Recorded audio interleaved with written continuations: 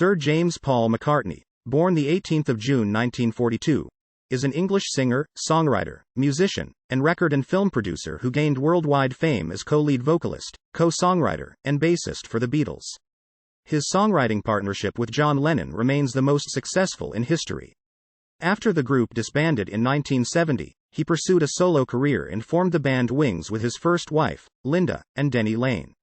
A self-taught musician, McCartney is proficient on bass, guitar, keyboards, and drums. He is known for his melodic approach to bass playing, mainly playing with a plectrum, his versatile and wide tenor vocal range, spanning over 4 octaves, and his eclecticism, exploring styles ranging from pre-rock and roll pop to classical and electronica.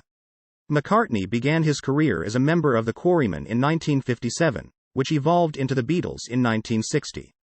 Starting with the 1967 album Sgt. Pepper's Lonely Hearts Club Band, he gradually became the Beatles' de facto leader, providing the creative impetus for most of their music and film projects.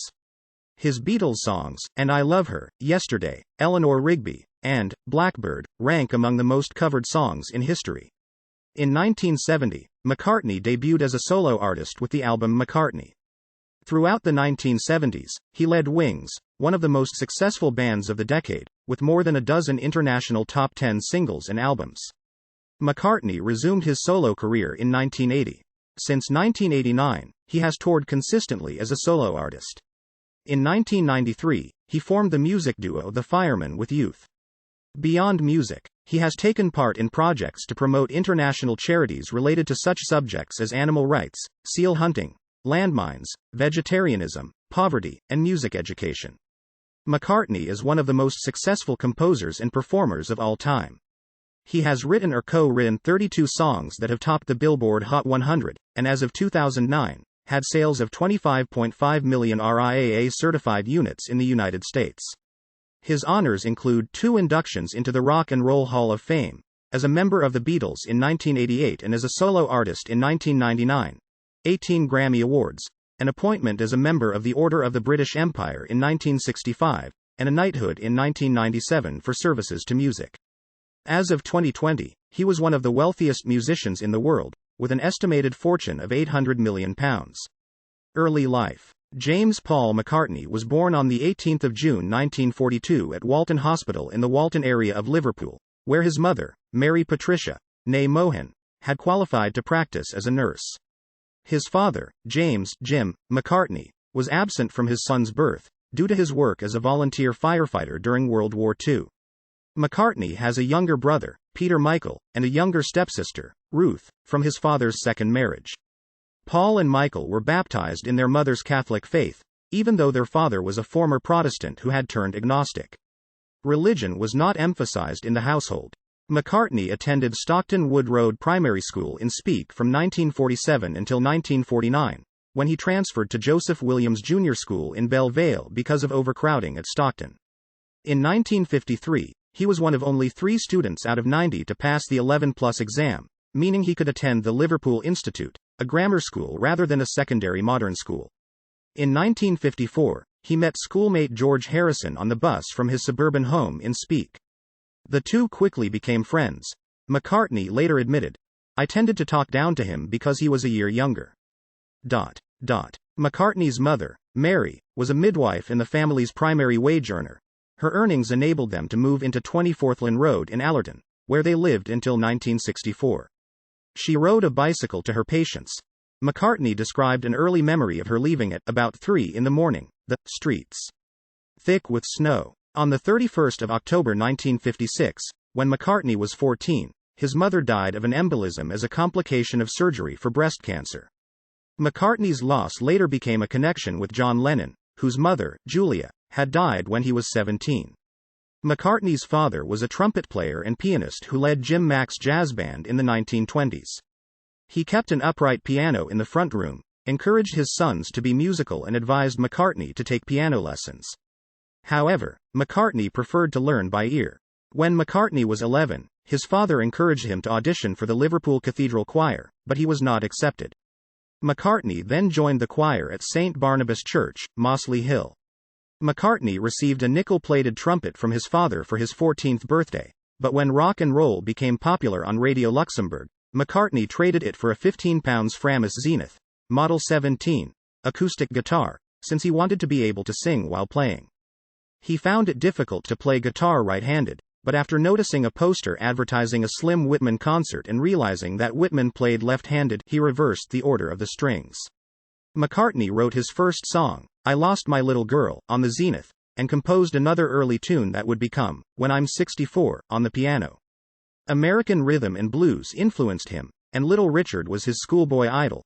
Long Tall Sally was the first song McCartney performed in public, at a Butlins Filey holiday camp talent competition. Career 1957 to 1960, The Quarrymen. At the age of 15 on the 6th of July 1957, McCartney met John Lennon and his band, The Quarrymen, at the St. Peter's Church Hall Fete in Woolton. The Quarrymen played a mix of rock and roll and skiffle, a type of popular music with jazz, blues and folk influences. Soon afterwards, the members of the band invited McCartney to join as a rhythm guitarist, and he formed a close working relationship with Lennon. Harrison joined in 1958 as lead guitarist, followed by Lennon's art school friend Stuart Sutcliffe on bass in 1960. By May 1960, the band had tried several names, including Johnny and the Moondogs, Beatles and the Silver Beatles. They adopted the name The Beatles in August 1960 and recruited drummer Pete Best shortly before a 5-engagement residency in Hamburg. 1960 to 1970, The Beatles. In 1961, Sutcliffe left the band and McCartney reluctantly became their bass player. While in Hamburg, they recorded professionally for the first time and were credited as the Beat Brothers, who were the backing band for English singer Tony Sheridan on the single, My Bonnie. This resulted in attention from Brian Epstein, who was a key figure in their subsequent development and success. He became their manager in January 1962. Ringo Starr replaced Best in August, and the band had their first hit, Love Me Do, in October, becoming popular in the UK in 1963, and in the US a year later. The fan hysteria became known as Beatlemania, and the press sometimes referred to McCartney as the cute Beatle. McCartney co-wrote, with Lennon, several of their early hits, including I Saw Her Standing There, She Loves You, I Want to Hold Your Hand, and Can't Buy Me Love. In August 1965, the Beatles released the McCartney composition, Yesterday, featuring a string quartet. Included on the Help LP, the song was the group's first recorded use of classical music elements and their first recording that involved only a single band member. Yesterday became one of the most covered songs in popular music history. Later that year, during recording sessions for the album Rubber Soul, McCartney began to supplant Lennon as the dominant musical force in the band. Musicologist Ian MacDonald wrote, from 1965, McCartney would be in the ascendant not only as a songwriter, but also as instrumentalist, arranger, producer, and de facto musical director of the Beatles. Critics described Rubber Soul as a significant advance in the refinement and profundity of the band's music and lyrics. Considered a high point in the Beatles' catalog, both Lennon and McCartney said they had written the music for the song, In My Life. McCartney said of the album, We'd had our cute period, and now it was time to expand. Recording engineer Norman Smith stated that the Rubber Soul sessions exposed indications of increasing contention within the band. The clash between John and Paul was becoming obvious. And, as far as Paul was concerned, George, Harrison, could do no right. Paul was absolutely finicky. In 1966, the Beatles released the album Revolver. Featuring sophisticated lyrics, studio experimentation, and an expanded repertoire of musical genres ranging from innovative string arrangements to psychedelic rock, the album marked an artistic leap for the Beatles. The first of 3 consecutive McCartney A-sides, the single Paperback Writer, preceded the LP's release. The Beatles produced a short promotional film for the song, and another for its B-side, Rain. The films, described by Harrison as the forerunner of videos, aired on The Ed Sullivan Show and Top of the Pops in June 1966. Revolver also included McCartney's Eleanor Rigby, which featured a string octet. According to Gould, the song is a neoclassical tour de force. A true hybrid, conforming to no recognizable style or genre of song. Except for some backing vocals, the song included only McCartney's lead vocal and the strings arranged by producer George Martin. The band gave their final commercial concert at the end of their 1966 U.S. tour. Later that year, McCartney completed his first musical project independent of the group, a film score for the UK production The Family Way. The score was a collaboration with Martin, who used 2 McCartney themes to write 13 variations. The soundtrack failed to chart, but it won McCartney an Ivor Novello Award for Best Instrumental Theme. Upon the end of the Beatles' performing career, McCartney sensed unease in the band and wanted them to maintain creative productivity. He pressed them to start a new project, which became Sgt. Pepper's Lonely Hearts Club Band, widely regarded as rock's first concept album. McCartney was inspired to create a new persona for the group, to serve as a vehicle for experimentation and to demonstrate to their fans that they had musically matured. He invented the fictional band of the album's title track. As McCartney explained, "We were fed up with being the Beatles. We really hated that fucking 4 little mop top approach. We were not boys, we were men. And we thought of ourselves as artists rather than just performers." Starting in November 1966, the band adopted an experimental attitude during recording sessions for the album. Their recording of A Day in the Life required a 40-piece orchestra, which Martin and McCartney took turns conducting. The sessions produced the double A-side single, Strawberry Fields Forever, Penny Lane, in February 1967, and the LP followed in June. Based on an ink drawing by McCartney, the LP's cover included a collage designed by pop artists Peter Blake and Jan Hayworth, featuring the Beatles in costume as the Sgt. Pepper's Lonely Hearts Club Band, standing with a host of celebrities. The cover piqued a frenzy of analysis. Epstein's death in August 1967 created a void, which left the Beatles perplexed and concerned about their future. McCartney stepped in to fill that void and gradually became the de facto leader and business manager of the group that Lennon had once led. In his first creative suggestion after this change of leadership, McCartney proposed that the band move forward on their plans to produce a film for television, which was to become Magical Mystery Tour. According to Beatles historian Mark Lewison, the project was an administrative nightmare throughout. McCartney largely directed the film, which brought the group their first unfavorable critical response. However, the film's soundtrack was more successful. It was released in the UK as a 6-track double extended play disc, and as an identically titled LP in the US, filled out with 5 songs from the band's recent singles.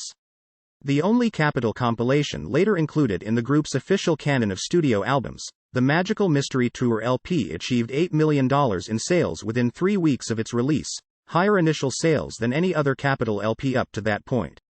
The Beatles' animated film Yellow Submarine, loosely based on the imaginary world evoked by McCartney's 1966 composition, premiered in July 1968. Though critics admired the film for its visual style, humor and music, the soundtrack album issued 6 months later received a less enthusiastic response. By late 1968, relations within the band were deteriorating.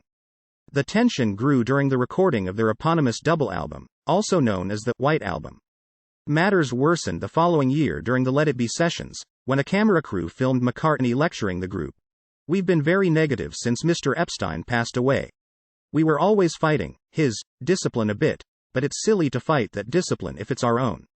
In March 1969, McCartney married his first wife, Linda Eastman, and in August, the couple had their first child, Mary, named after his late mother. Abbey Road was the band's last recorded album, and Martin suggested a continuously moving piece of music, urging the group to think symphonically. McCartney agreed, but Lennon did not. They eventually compromised, agreeing to McCartney's suggestion: an LP featuring individual songs on side 1, and a long medley on side 2.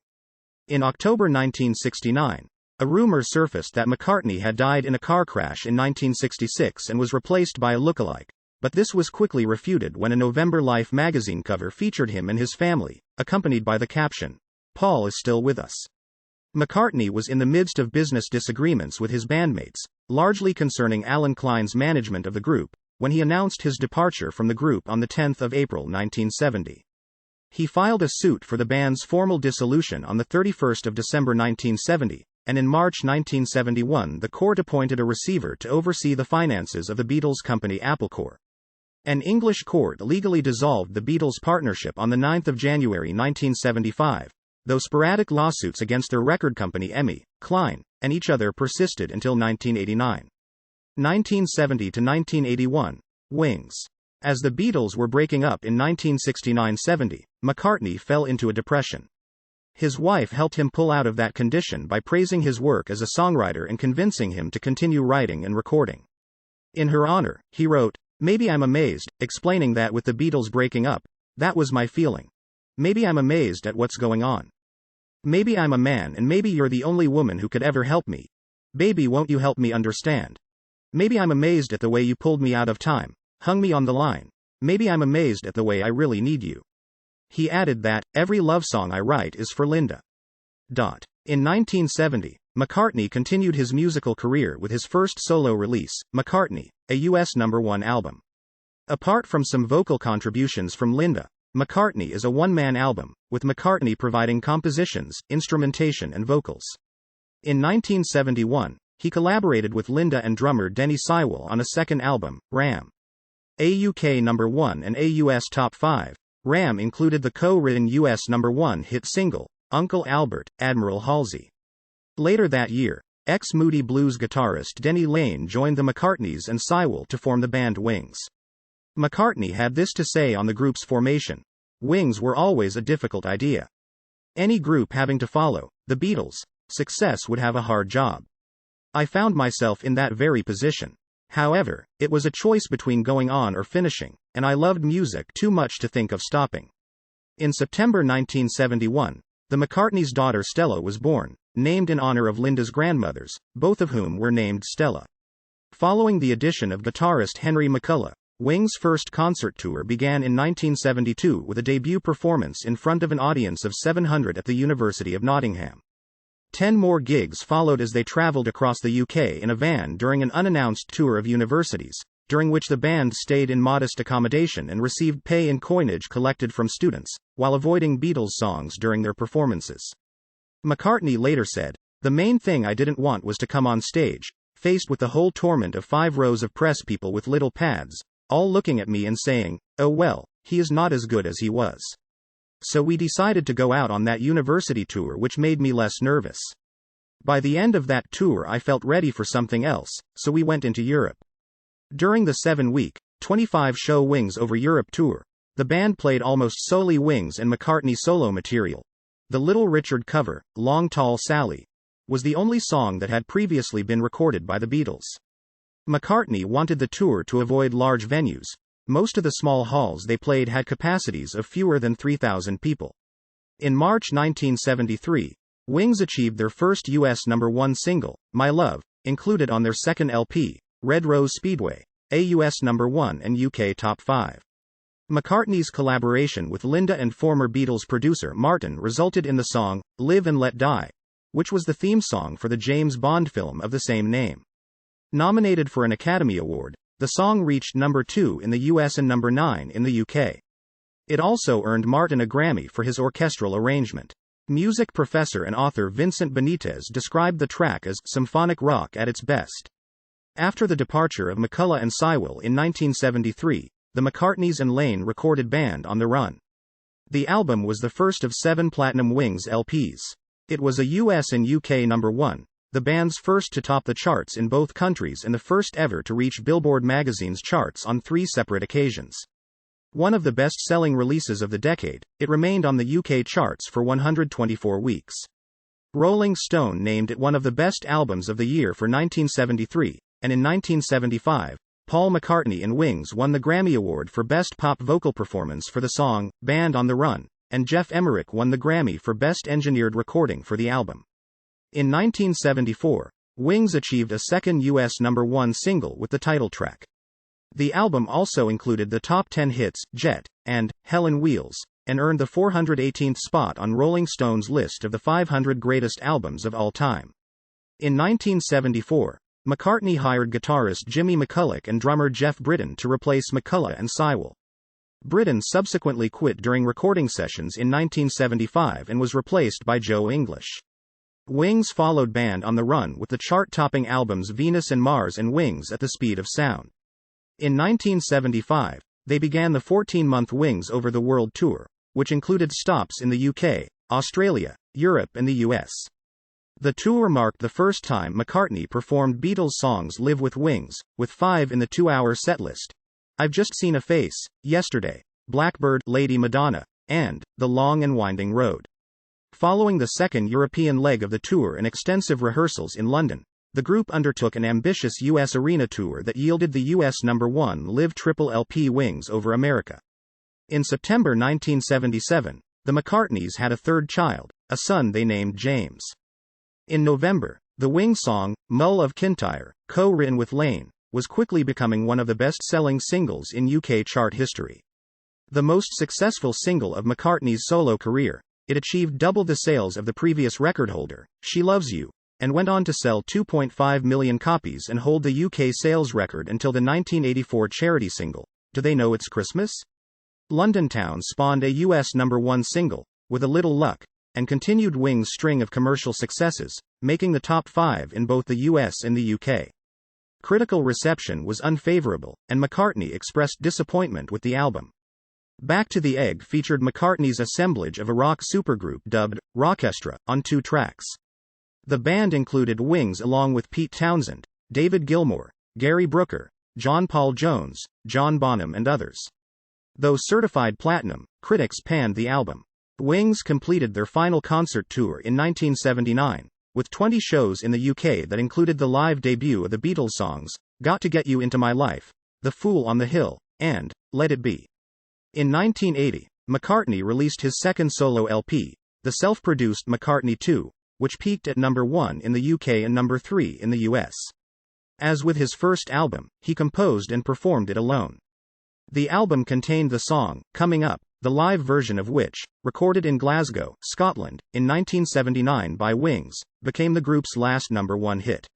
By 1981, McCartney felt he had accomplished all he could creatively with Wings and decided he needed a change. The group discontinued in April 1981 after Laine quit following disagreements over royalties and salaries. 1982 to 1990. In 1982, McCartney collaborated with Stevie Wonder on the Martin-produced #1 hit, Ebony and Ivory, included on McCartney's Tug of War LP, and with Michael Jackson on The Girl Is Mine, from Thriller. Ebony and Ivory was McCartney's record 28th single to hit #1 on the Billboard 100. The following year, he and Jackson worked on Say Say Say, McCartney's most recent US #1 as of 2014. McCartney earned his latest UK #1 as of 2014 with the title track of his LP release that year, Pipes of Peace. In 1984, McCartney starred in the musical Give My Regards to Broad Street, a feature film he also wrote and produced which included Starr in an acting role. It was disparaged by critics. Variety described the film as characterless, bloodless, and pointless, while Roger Ebert awarded it a single star, writing, "You can safely skip the movie and proceed directly to the soundtrack." The album fared much better, reaching #1 in the UK and producing the US top 10 hit single, No More Lonely Nights, featuring David Gilmour on lead guitar. In 1985, Warner Brothers commissioned McCartney to write a song for the comedic feature film Spies Like Us. He composed and recorded the track in 4 days, with Phil Ramone co-producing. McCartney participated in Live Aid, performing Let It Be, but technical difficulties rendered his vocals and piano barely audible for the first 2 verses, punctuated by squeals of feedback. Equipment technicians resolved the problems and David Bowie, Alison Moyet, Pete Townshend and Bob Geldof joined McCartney on stage, receiving an enthusiastic crowd reaction. McCartney collaborated with Eric Stewart on Press to Play, with Stewart co-writing more than half the songs on the LP. In 1988, McCartney released Snova v. Assessor, initially available only in the Soviet Union, which contained 18 covers, recorded over the course of 2 days. In 1989, he joined forces with fellow Merseysiders Jerry Marsden and Holly Johnson to record an updated version of Ferry Cross the Mersey for the Hillsborough Disaster Appeal Fund. That same year, he released Flowers in the Dirt, a collaborative effort with Elvis Costello that included musical contributions from Gilmour and Nicky Hopkins. McCartney then formed a band consisting of himself and Linda, with Hamish Stewart and Robbie McIntosh on guitars, Paul Wickens on keyboards and Chris Whitten on drums. In September 1989, they launched the Paul McCartney World Tour, his first in over a decade. During the tour, McCartney performed for the largest paying stadium audience in history on the 21st of April 1990, when 184,000 people attended his concert at Maracana Stadium in Rio de Janeiro, Brazil. That year, he released the triple album Tripping the Live Fantastic, which contained selected performances from the tour. 1991 to 1999. McCartney ventured into orchestral music in 1991 when the Royal Liverpool Philharmonic Society commissioned a musical piece by him to celebrate its sesquicentennial. He collaborated with composer Carl Davis, producing Liverpool Oratorio. The performance featured opera singers Kiri Te Kanawa, Sally Burgess, Jerry Hadley and Willard White with the Royal Liverpool Philharmonic Orchestra and the choir of Liverpool Cathedral. Reviews were negative. The Guardian was especially critical, describing the music as afraid of anything approaching a fast tempo, and adding that the piece has little awareness of the need for recurrent ideas that will bind the work into a whole. The paper published a letter McCartney submitted in response in which he noted several of the work's faster tempos and added, "Happily, history shows that many good pieces of music were not liked by the critics of the time, so I am content to let people judge for themselves the merits of the work." The New York Times was slightly more generous, stating, "There are moments of beauty and pleasure in this dramatic miscellany. The music's innocent sincerity makes it difficult to be put off by its ambitions." Performed around the world after its London premiere, the Liverpool Oratorio reached number 1 on the UK classical chart, Music Week. In 1991, McCartney performed a selection of acoustic-only songs on MTV Unplugged and released a live album of the performance titled Unplugged, the official bootleg. During the 1990s, McCartney collaborated twice with Youth of Killing Joke as the musical duo, The Firemen. The two released their first electronica album together, Strawberries Ocean's Ship's Forest, in 1993. McCartney released the rock album Off the Ground in 1993. The subsequent New World Tour followed, which led to the release of the Paul's live album later that year. Starting in 1994, McCartney took a 4-year break from his solo career to work on Apple's Beatles anthology project with Harrison, Starr and Martin. He recorded a radio series called Ubu Jubu in 1995 for the American network Westwood One, which he described as widescreen radio. Also in 1995, Prince Charles presented him with an honorary fellowship of the Royal College of Music. "Kind of amazing for somebody who doesn't read a note of music," commented McCartney. In 1997, McCartney released the rock album Flaming Pie. Starr appeared on drums and backing vocals in Beautiful Night. Later that year, he released the classical work Standing Stone, which topped the UK and US classical charts. In 1998, he released Rushes, the second electronica album by the Firemen. In 1999, McCartney released Run Devil Run. Recorded in 1 week, and featuring Ian Paice and David Gilmour, it was primarily an album of covers with 3 McCartney originals. He had been planning such an album for years, having been previously encouraged to do so by Linda, who had died of cancer in April 1998. McCartney did an unannounced performance at the benefit tribute concert for Linda, his wife of 29 years who died a year earlier. It was held at the Royal Albert Hall in London on the 10th of April 1999, and was organized by 2 of her close friends, Chrissie Hynde and Carla Lane. Also during 1999, he continued his experimentation with orchestral music on Working Classical, 2000 to 2009. In 2000, he released the electronica album Liverpool Sound Collage with super furry animals and youth, using the sound collage and musique concrète techniques that had fascinated him in the mid-1960s. He contributed the song, Nova, to a tribute album of classical, choral music called A Garland for Linda, dedicated to his late wife. Having witnessed the 11th of September 2001 attacks from the JFK Airport tarmac, McCartney was inspired to take a leading role in organizing the concert for New York City. His studio album release in November that year, Driving Rain, included the song, Freedom, written in response to the attacks. The following year, McCartney went out on tour with a band that included guitarists Rusty Anderson and Brian Ray, accompanied by Paul Wickens on keyboards and Abe Laboriel Jr. on drums. They began the Driving World Tour in April 2002, which included stops in the US, Mexico and Japan. The tour resulted in the double live album Back in the US, released internationally in 2003 as Back in the World. The tour earned a reported $126.2 million, an average of over $2 million per night, and Billboard named it the top tour of the year. The group continues to play together. McCartney has played live with Brian Ray, Rusty Anderson, Abe Laboriel Jr. and Wickens longer than he played live with the Beatles.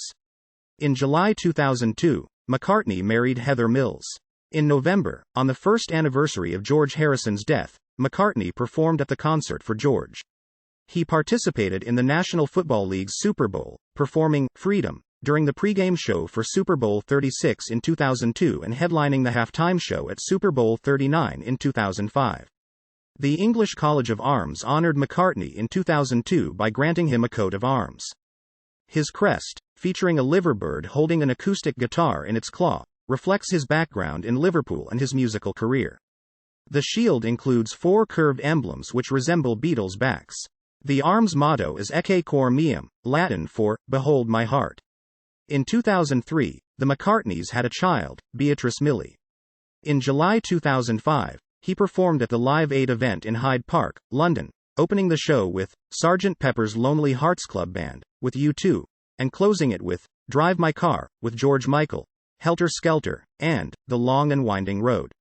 In September, he released the rock album Chaos and Creation in the Backyard, for which he provided most of the instrumentation. In 2006, McCartney released the classical work Ecce cor meum. The rock album Memory Almost Full followed in 2007. In 2008, he released his third Fireman album, Electric Arguments. Also in 2008, he performed at a concert in Liverpool to celebrate the city's year as European Capital of Culture. In 2009, after a 4-year break, he returned to touring and has since performed over 80 shows.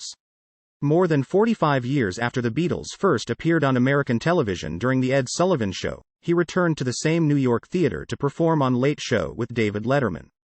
On 9 September 2009, EMI reissued the Beatles catalog following a 4-year digital remastering effort, releasing a music video game called The Beatles, Rock Band the same day.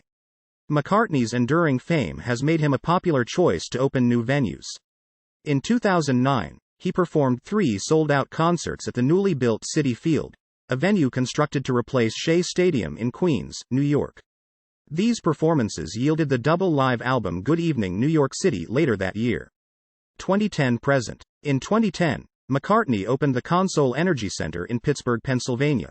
It was his first concert in Pittsburgh since 1990 due to the old Civic Arena being deemed unsuitable for McCartney's logistical needs.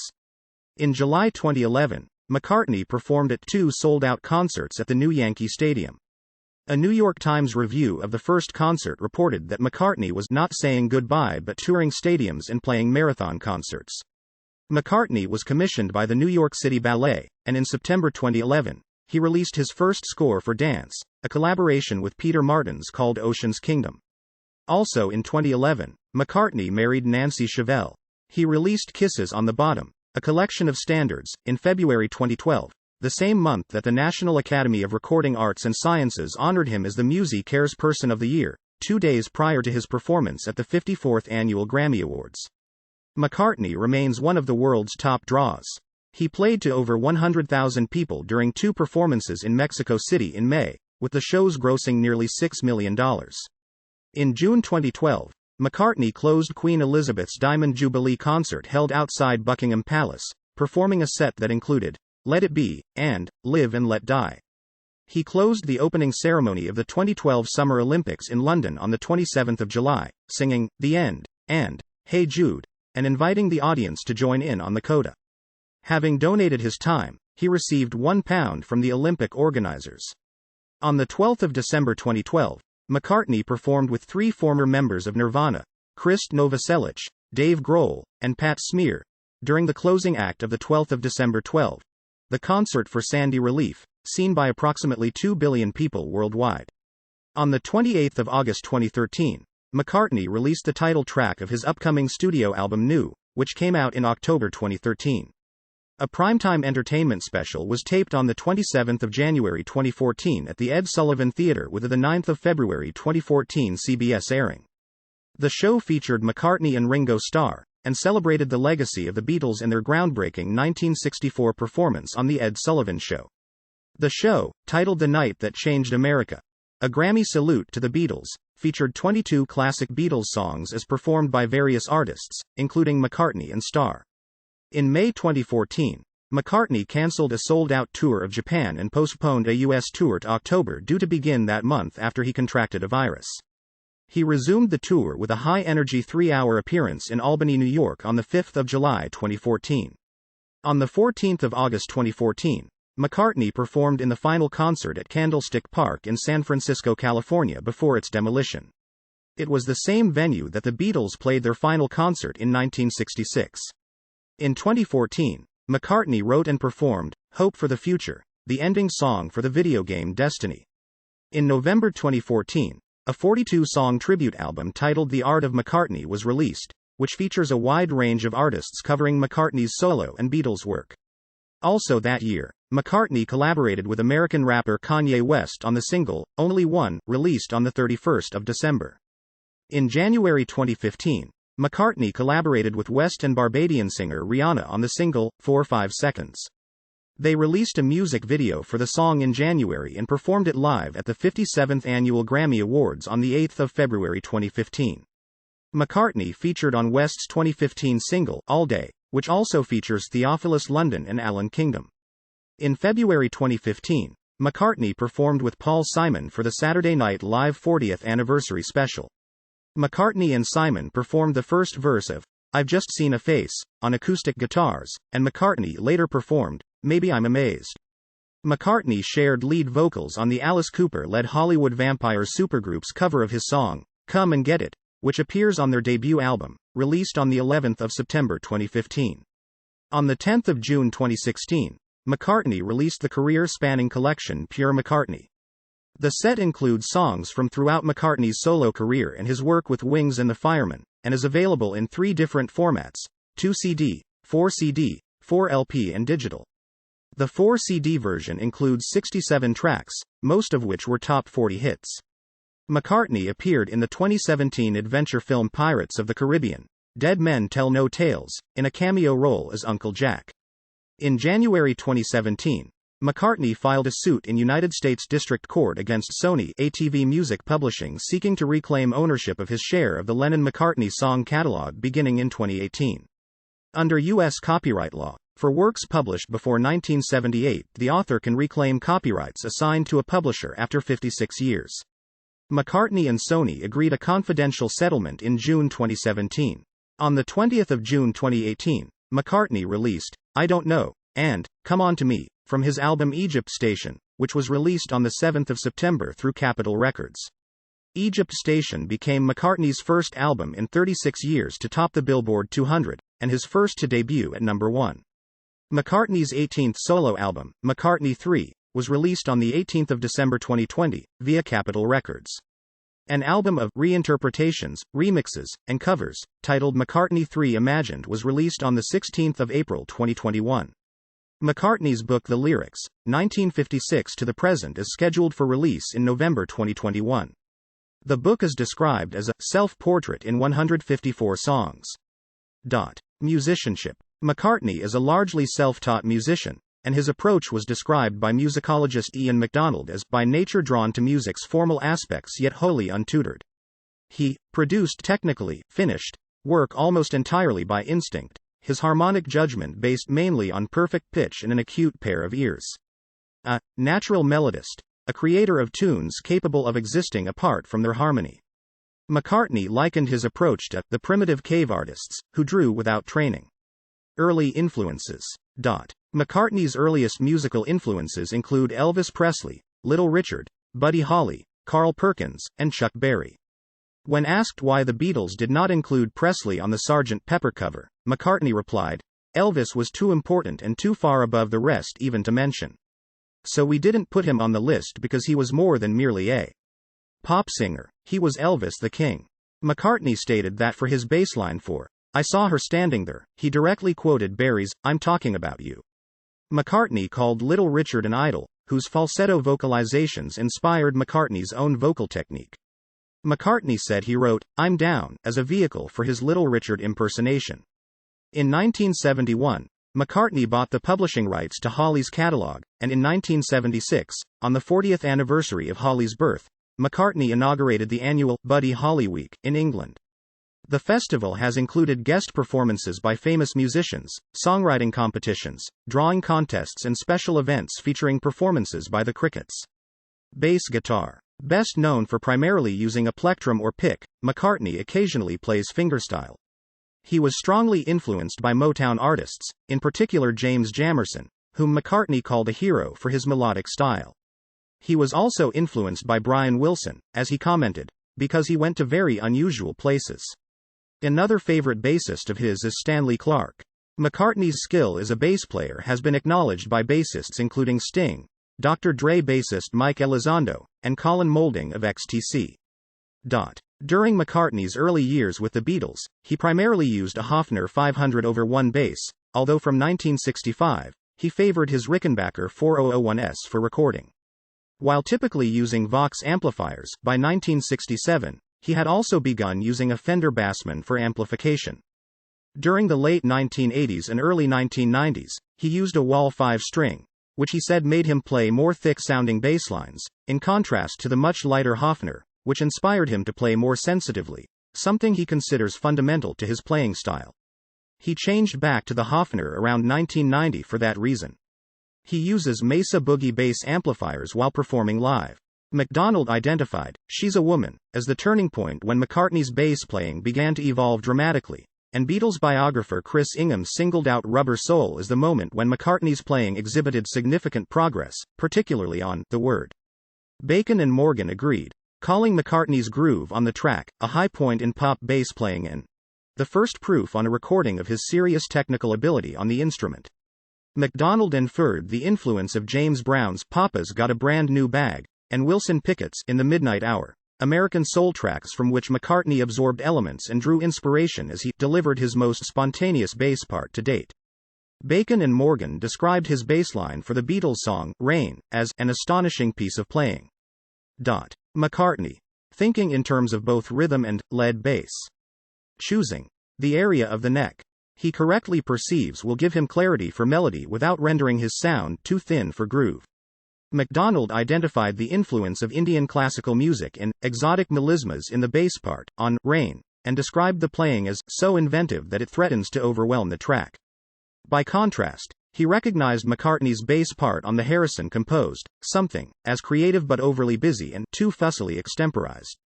McCartney identified Sgt. Pepper's Lonely Hearts Club Band as containing his strongest and most inventive bass playing, particularly on "Lucy in the Sky with Diamonds." Acoustic guitar. McCartney primarily flatpicks while playing acoustic guitar, though he also uses elements of fingerpicking. Examples of his acoustic guitar playing on Beatles tracks include "Yesterday," "Michelle," "Blackbird," "I Will," "Mother Nature's Son," and "Rocky Raccoon." McCartney singled out "Blackbird" as a personal favorite and described his technique for the guitar part in the following way: "I got my own little sort of cheating way of fingerpicking. I'm actually sort of pulling 2 strings at a time. I was trying to emulate those folk players." He employed a similar technique for Jenny Wren. He played an Epiphone Texan on many of his acoustic recordings, but also used a Martin D28. Electric guitar. McCartney played lead guitar on several Beatles recordings, including what MacDonald described as a fiercely angular slide guitar solo on "Drive My Car," which McCartney played on an Epiphone Casino. McCartney said of the instrument, "If I had to pick one electric guitar, it would be this." McCartney bought the Casino in 1964, on the knowledge that the guitar's hollow body would produce more feedback. He has retained that original guitar to the present day. He contributed what MacDonald described as a startling guitar solo on the Harrison composition, "Taxman," and the shrieking guitar on Sgt. Pepper's Lonely Hearts Club Band, and Helter Skelter. MacDonald also praised McCartney's coruscating pseudo-Indian guitar solo on Good Morning Good Morning. McCartney also played lead guitar on Another Girl. During his years with Wings, McCartney tended to leave electric guitar work to other group members, though he played most of the lead guitar on Band on the Run. In 1990, when asked who his favorite guitar players were, he included Eddie Van Halen, Eric Clapton and David Gilmour, stating, "But I still like Hendrix the best." He has primarily used a Gibson Les Paul for electric work, particularly during live performances. In addition to these guitars, McCartney is known to use and own a range of other electric guitars, usually favoring the Fender Esquire and its subsequent incarnation, the Fender Telecaster, using the latter with a sunburst finish on Wings tours in the 1970s. He also owns a rare Ampeg Dan Armstrong Plexi guitar, the only left-handed one known to be in existence, which appeared in the Wings video for Hell on Wheels. Vocals. McCartney is known for his belting power, versatility and wide tenor vocal range, spanning over 4 octaves.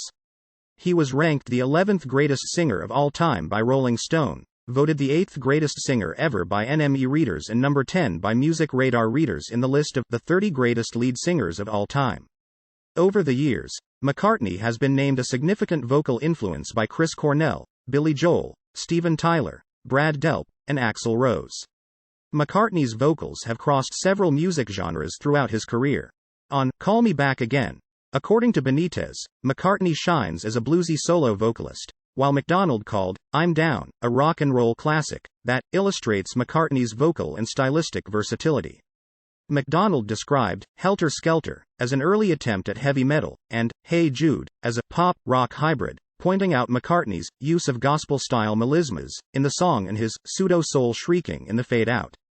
Benitez identified Hope of Deliverance and Put It There as examples of McCartney's folk music efforts, while musicologist Walter Everett considered When I'm 64 and Honey Pie attempts at vaudeville.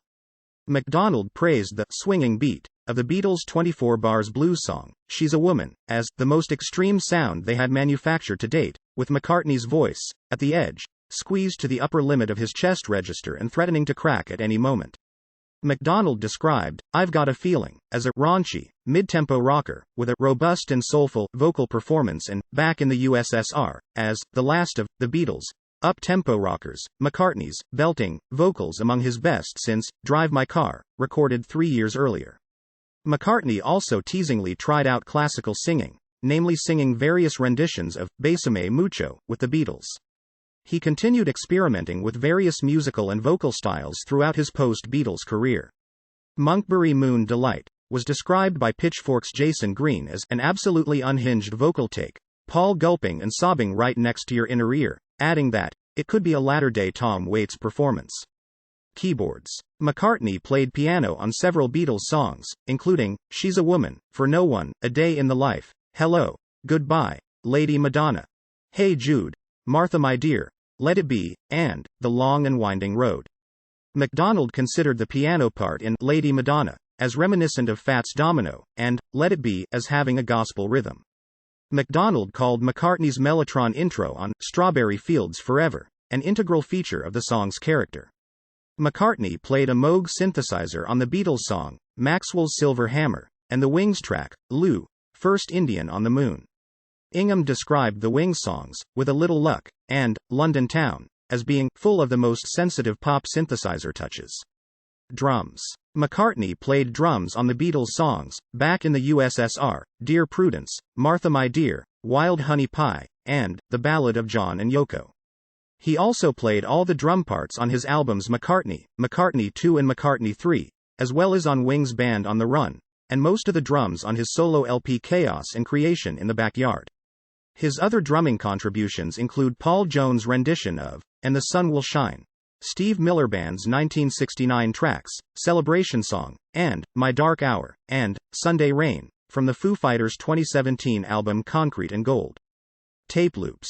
In the mid-1960s, when visiting artist friend John Dunbar's flat in London, McCartney brought tapes he had compiled at then-girlfriend Jane Asher's home. They included mixes of various songs, musical pieces and comments made by McCartney that Dick James made into a demo for him. Heavily influenced by American avant-garde musician John Cage, McCartney made tape loops by recording voices, guitars and bongos on a Brenel tape recorder and splicing the various loops. He referred to the finished product as electronic symphonies. He reversed the tapes, sped them up, and slowed them down to create the desired effects, some of which the Beatles later used on the songs Tomorrow Never Knows and The Fool on the Hill. Personal life. Creative outlets. While at school during the 1950s, McCartney thrived at art assignments, often earning top accolades for his visual work. However, his lack of discipline negatively affected his academic grades, preventing him from earning admission to art college. During the 1960s, he delved into the visual arts, explored experimental cinema, and regularly attended film, theatrical and classical music performances. His first contact with the London avant-garde scene was through artist John Dunbar, who introduced McCartney to art dealer Robert Fraser. At Fraser's flat he first learned about art appreciation and met Andy Warhol, Claes Oldenburg, Peter Blake, and Richard Hamilton. McCartney later purchased works by Magritte, whose painting of an apple had inspired the Apple Records logo.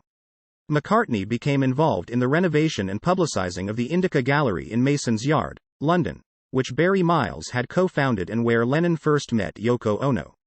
Miles also co-founded International Times, an underground paper that McCartney helped to start with direct financial support and by providing interviews to attract advertiser income. Miles later wrote McCartney's official biography, Many Years From Now. McCartney became interested in painting after watching artist Willem de Kooning work in de Kooning's Long Island studio. McCartney took up painting in 1983, and he first exhibited his work in Siegen, Germany, in 1999. The 70 painting show featured portraits of Lennon, Andy Warhol and David Bowie. Though initially reluctant to display his paintings publicly, McCartney chose the gallery because events organizer Wolfgang Suttner showed genuine interest in McCartney's art. In September 2000, the first UK exhibition of McCartney's paintings opened, featuring 500 canvases at the Arnolfini Gallery in Bristol, England. In October 2000, McCartney's art debuted in his hometown of Liverpool. McCartney said, "I've been offered an exhibition of my paintings at the Walker Art Gallery, where John and I used to spend many a pleasant afternoon. So I'm really excited about it. I didn't tell anybody I painted for 15 years, but now I'm out of the closet."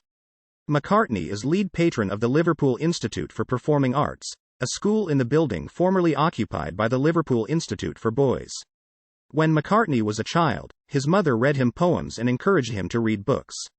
His father invited Paul and his brother Michael to solve crosswords with him, to increase their word power, as McCartney said. In 2001, McCartney published Blackbird Singing, a volume of poems and lyrics to his songs for which he gave readings in Liverpool and New York City. In the foreword of the book, he explains, "When I was a teenager, I had an overwhelming desire to have a poem published in the school magazine. I wrote something deep and meaningful, which was promptly rejected, and I suppose I have been trying to get my own back ever since." His first children's book was published by Faber and Faber in 2005, High in the Clouds, an urban furry tale, a collaboration with writer Philip Ardagh and animator Jeff Dunbar. Featuring a squirrel whose woodland home is raised by developers, it had been scripted and sketched by McCartney and Dunbar over several years, as an animated film. The Observer labeled it an anti-capitalist children's book. In 2018, he wrote the children's book Hey Grandude, together with illustrator Catherine Durst, which was published by Random House Books in September 2019. The book is about a grandpa and his 3 grandchildren with a magic compass on an adventure. In 1981, McCartney asked Jeff Dunbar to direct a short animated film called Rupert and the Frog Song. McCartney was the writer and producer, and he also added some of the character voices. His song, We All Stand Together, from the film's soundtrack reached number 3 in the UK singles chart. In 1992, he worked with Dunbar on an animated film about the work of French artist Honoré Daumier, which won them a BAFTA award. In 2004, they worked together on the animated short film Tropic Island Hum. The accompanying single, Tropic Island Hum, We All Stand Together, reached number 21 in the UK. McCartney also produced and hosted The Real Buddy Holly Story, a 1985 documentary featuring interviews with Keith Richards, Phil and Don Everly, the Holly family, and others. In 1995, he made a guest appearance on The Simpsons episode, Lisa the Vegetarian, and directed a short documentary about the Grateful Dead. Business. Since the Rich List began in 1989, McCartney has been the UK's wealthiest musician, with an estimated fortune of £730 million in 2015. In addition to an interest in Apple Corps and MPL Communications, an umbrella company for his business interests, he owns a significant music publishing catalog, with access to over 25,000 copyrights, including the publishing rights to the musicals Guys and Dolls, A Chorus Line, Annie and Grease. He earned £40 million in 2003, the highest income that year within media professions in the UK. This rose to £48.5 million by 2005. McCartney's 18 date on the Run tour grossed £37 million in 2012. McCartney signed his first recording contract, as a member of the Beatles, with Parlophone Records, an EMI subsidiary, in June 1962. In the United States, the Beatles' recordings were distributed by EMI subsidiary Capitol Records. The Beatles re-signed with EMI for another 9 years in 1967. After forming their own record label, Apple Records, in 1968, the Beatles' recordings would be released through Apple, although the masters were still owned by EMI. Following the breakup of the Beatles, McCartney's music continued to be released by Apple Records under the Beatles' 1967 recording contract with EMI, which ran until 1976. Following the formal dissolution of the Beatles' partnership in 1975, McCartney re-signed with EMI Worldwide and Capitol in the US, Canada and Japan, acquiring ownership of his solo catalog from EMI as part of the deal.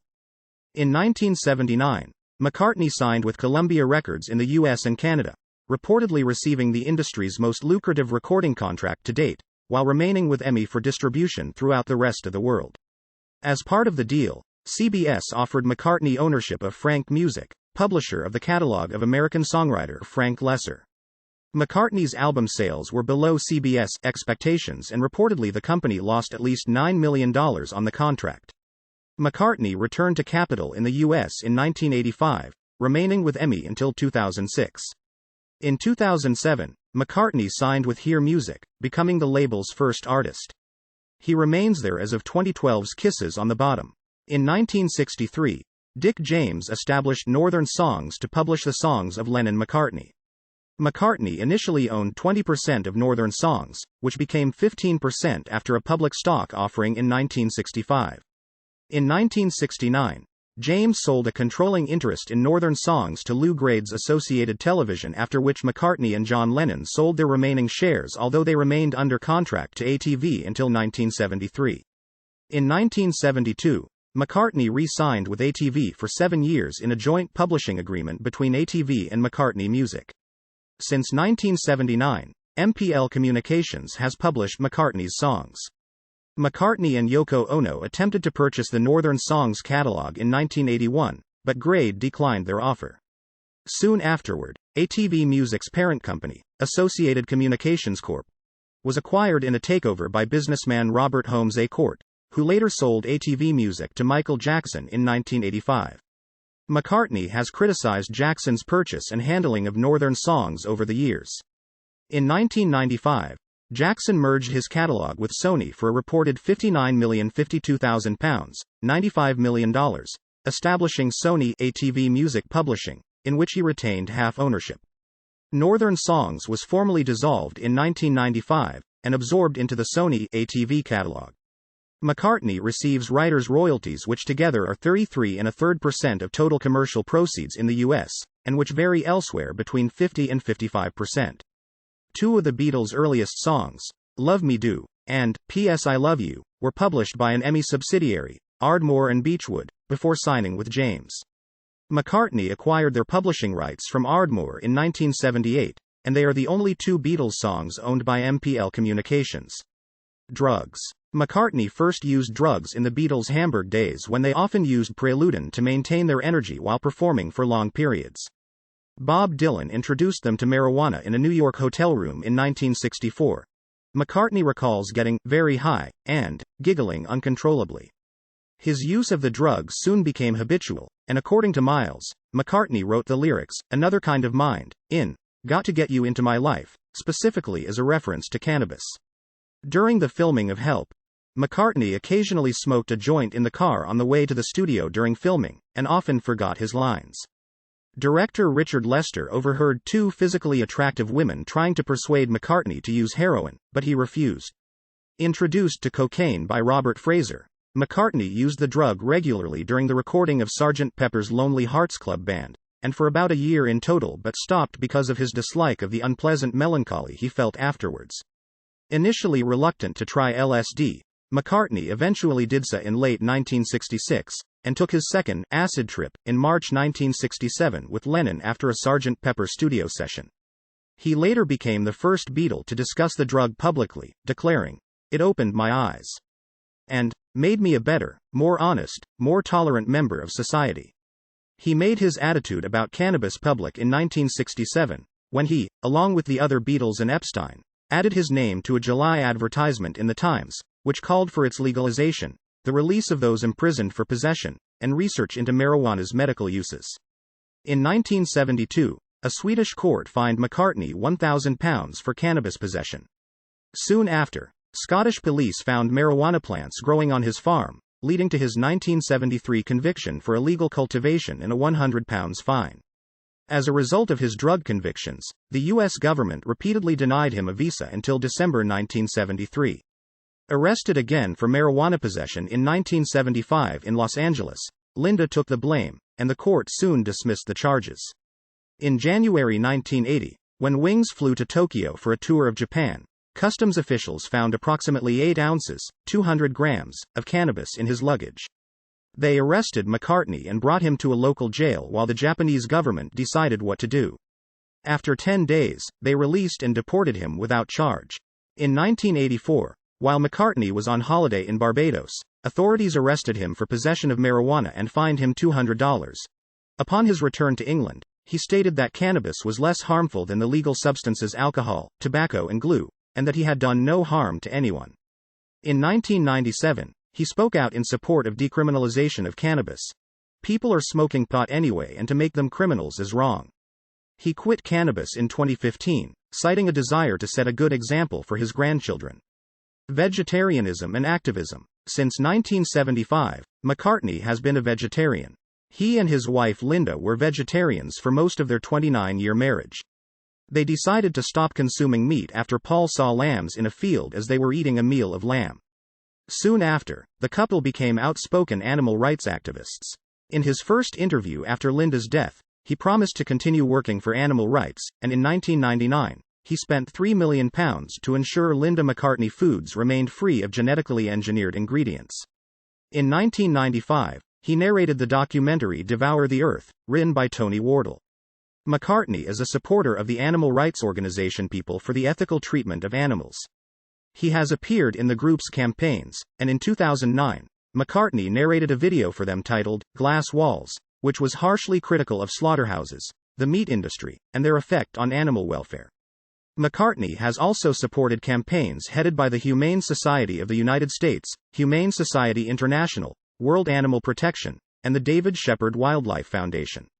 Following McCartney's marriage to Mills, he joined her in a campaign against landmines, becoming a patron of Adopt a Minefield. In a 2003 meeting at the Kremlin with Vladimir Putin, ahead of a concert in Red Square, McCartney and Mills urged Russia to join the anti-landmine campaign.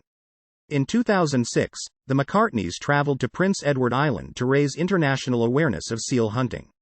The couple debated with Danny Williams, Newfoundland's then premier, on Larry King Live, stating that fishermen should stop hunting seals and start seal-watching businesses instead.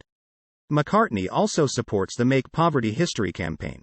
McCartney has participated in several charity recordings and performances, including the concerts for the people of Kampuchea, Ferry Aid, Band Aid, Live Aid, Live 8, and the recording of Ferry Cross the Mersey. In 2004, he donated a song to an album to aid the U.S. campaign for Burma, in support of Burmese Nobel Prize winner Aung San Suu Kyi. In 2008, he donated a song to aid Still Required CD, organized as an effort to raise funds to assist with the recovery from the devastation caused in Southeast Asia by the 2004 tsunami. In 2009, McCartney wrote to Tenzin Gyatso, the 14th Dalai Lama, asking him why he was not a vegetarian. As McCartney explained, he wrote back very kindly, saying, "My doctors tell me that I must eat meat." And I wrote back again, saying, "You know, I don't think that's right. I think he's now being told that he can get his protein somewhere else. It just doesn't seem right." The Dalai Lama, on the one hand, saying, "Hey guys, don't harm sentient beings. Oh, and by the way, I'm having a steak." In 2012, McCartney joined the anti-fracking campaign Artists Against Fracking. Save the Arctic is a campaign to protect the Arctic and an international outcry and a renewed focus concern on oil development in the Arctic, attracting the support of more than 5 million people. This includes McCartney, Archbishop Desmond Tutu and 11 Nobel Peace Prize winners. In 2015, following British Prime Minister David Cameron's decision to give members of Parliament a free vote on amending the law against fox hunting, McCartney was quoted, "The people of Britain are behind this Tory government on many things, but the vast majority of us will be against them if hunting is reintroduced. It is cruel and unnecessary and will lose them support from ordinary people and animal lovers like myself." During the 2019-21 coronavirus pandemic, McCartney called for Chinese wet markets, which sell live animals including wild ones, to be banned. He expressed concern over both the health impacts of the practice as well as its cruelty to animals. Meditation. In August 1967, McCartney met Maharishi Mahesh Yogi at the London Hilton and later went to Bangor in North Wales to attend a weekend initiation conference, where he and the other Beatles learned the basics of transcendental meditation. He said, "The whole meditation experience was very good and I still use the mantra.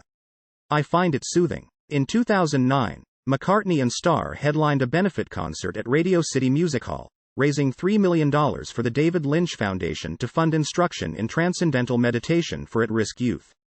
Football.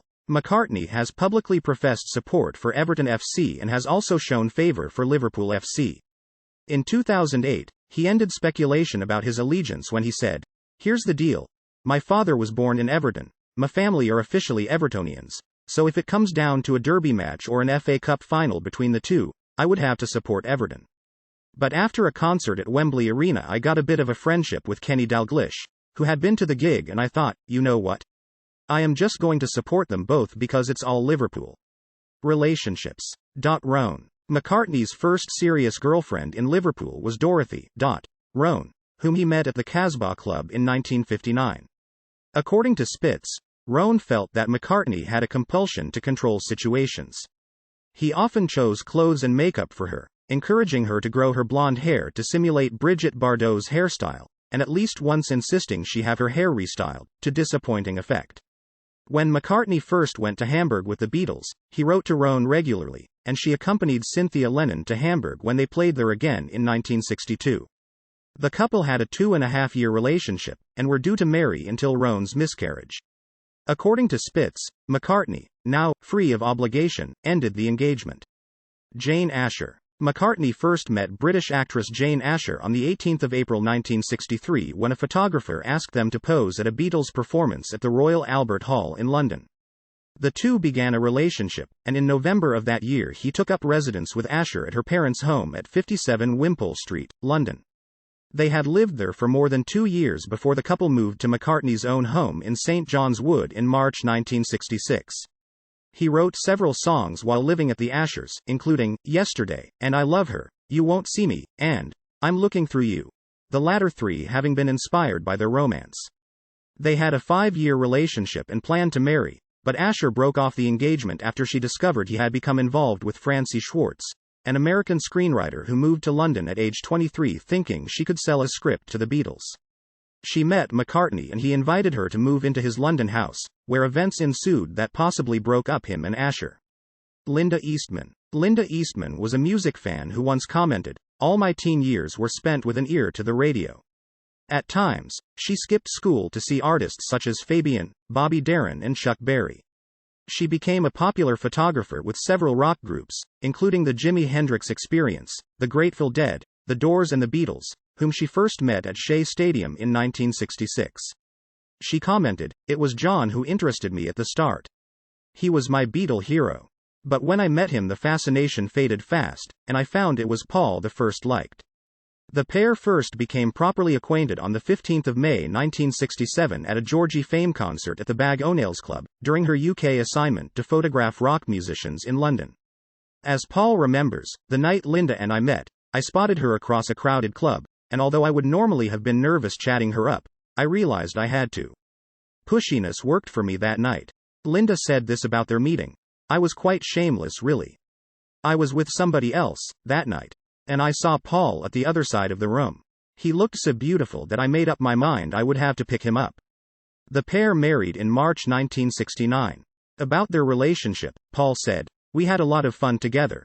Just the nature of how we aren't. Our favorite thing really is to just hang, to have fun.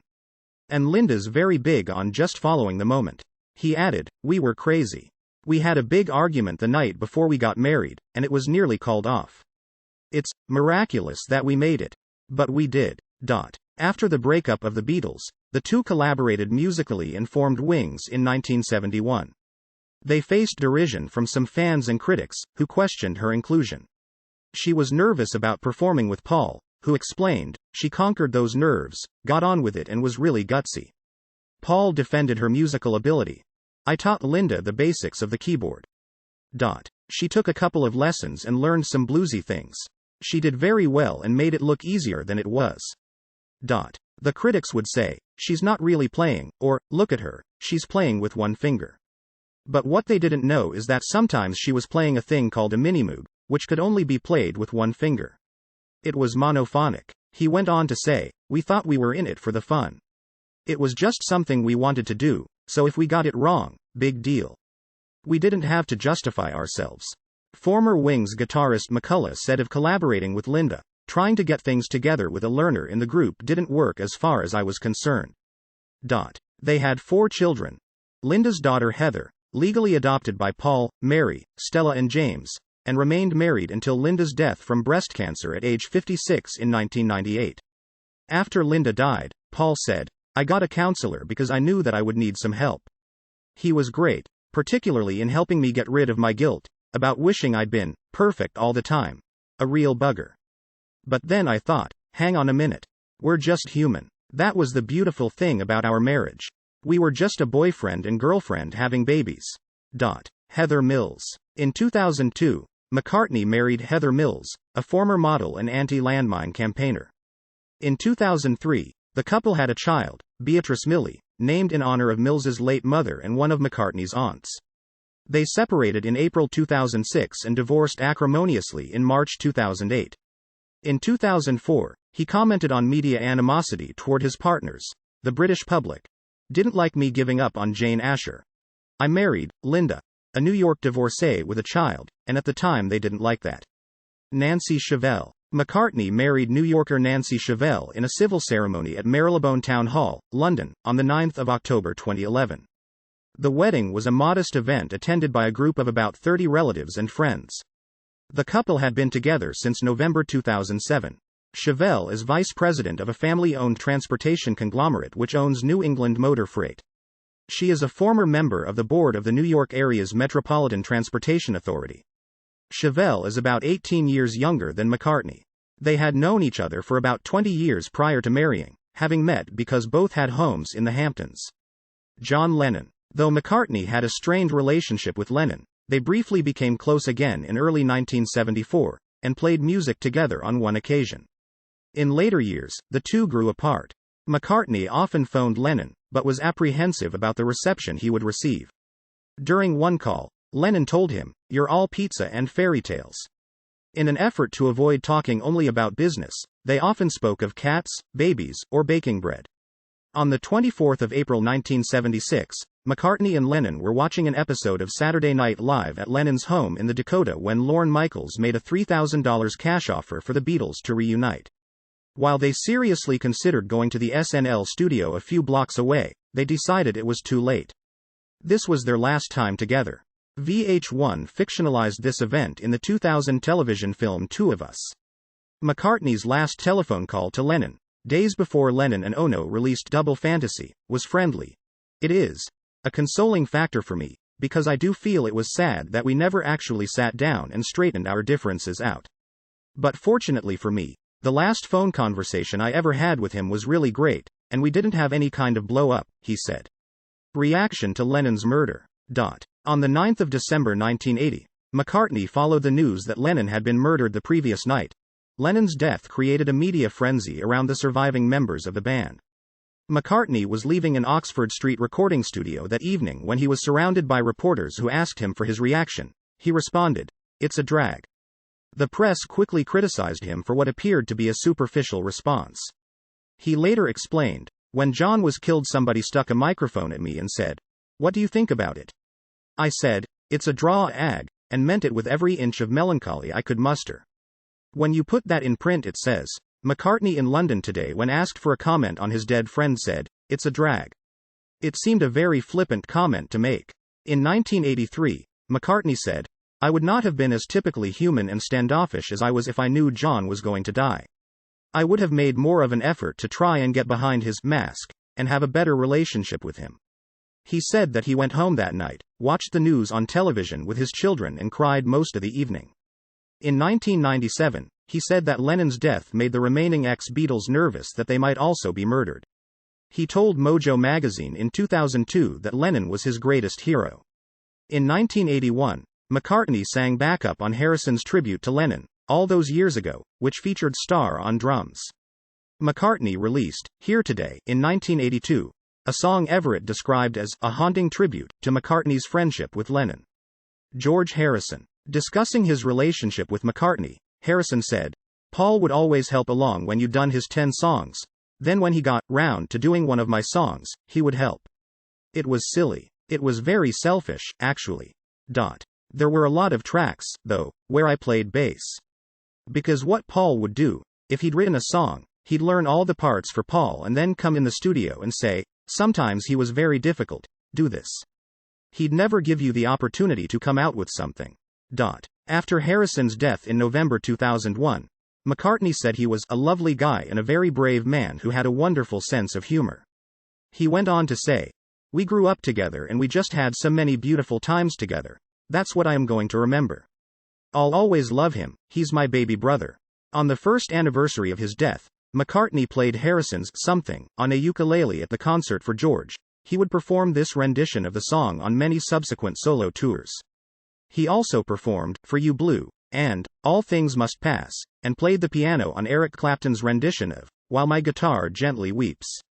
Ringo Starr. During a recording session for the Beatles in 1968, the two got into an argument over McCartney's critique of Starr's drum part for Back in the USSR, which contributed to Starr temporarily leaving the band. Starr later commented on working with McCartney, "Paul is the greatest bass player in the world. But he is also very determined to get his own way." Thus, musical disagreements inevitably arose from time to time. McCartney and Starr collaborated on several post-Beatles projects, starting in 1973 when McCartney contributed instrumentation and backing vocals for 6 O'Clock, a song McCartney wrote for Starr's album Ringo. McCartney played a kazoo solo on You're 16 from the same album. Starr appeared, as a fictional version of himself, in McCartney's 1984 film Give My Regards to Broad Street, and played drums on most tracks of the soundtrack album, which includes re-recordings of several McCartney-penned Beatles songs. Starr played drums and sang backing vocals on Beautiful Night from McCartney's 1997 album Flaming Pie. The pair collaborated again in 1998 on Starr's Vertical Man, which featured McCartney's backing vocals on 3 songs and instrumentation on 1. In 2009, the pair performed, with a little help from my friends, at a benefit concert for the David Lynch Foundation. They collaborated on Starr's album Why Not in 2010. McCartney played bass on Peace Dream, and sang a duet with Starr on Walk With You. On the 7th of July 2010, Starr was performing at Radio City Music Hall in New York with his all-star band in a concert celebrating his 70th birthday. After the encores, McCartney made a surprise appearance, performing the Beatles song Birthday with Starr's band. On the 26th of January 2014, McCartney and Starr performed Queenie Eye from McCartney's new album New at the 56th Annual Grammy Awards. McCartney inducted Starr into the Rock and Roll Hall of Fame in April 2015, and played bass on his 2017 album Give More Love. On the 16th of December 2018, Starr and Ronnie Wood joined McCartney on stage to perform Get Back at his concert at London's O2 Arena. Starr also made an appearance on the final day of McCartney's Freshen Up tour in July 2019, performing Sgt. Pepper's Lonely Hearts Club Band and Helter Skelter. Legacy. Achievements. McCartney was inducted into the Rock and Roll Hall of Fame in 1988 as a member of the Beatles and again as a solo artist in 1999.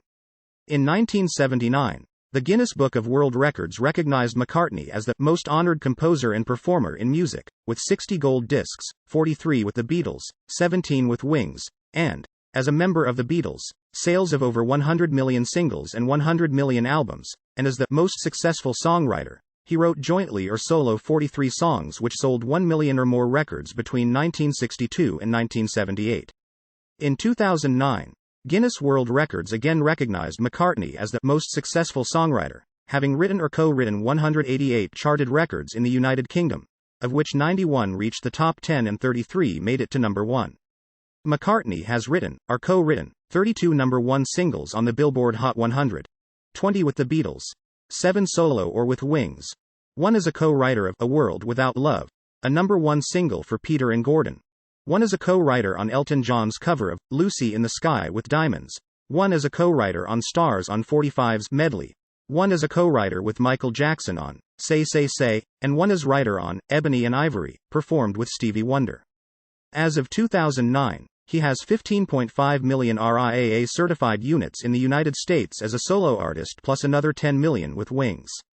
Credited with more number ones in the UK than any other artist, McCartney has participated in 24 chart-topping singles, 17 with the Beatles, 1 solo, and 1 each with Wings, Stevie Wonder, Fairy Aid, Band Aid, Band Aid 20 and The Christians et al.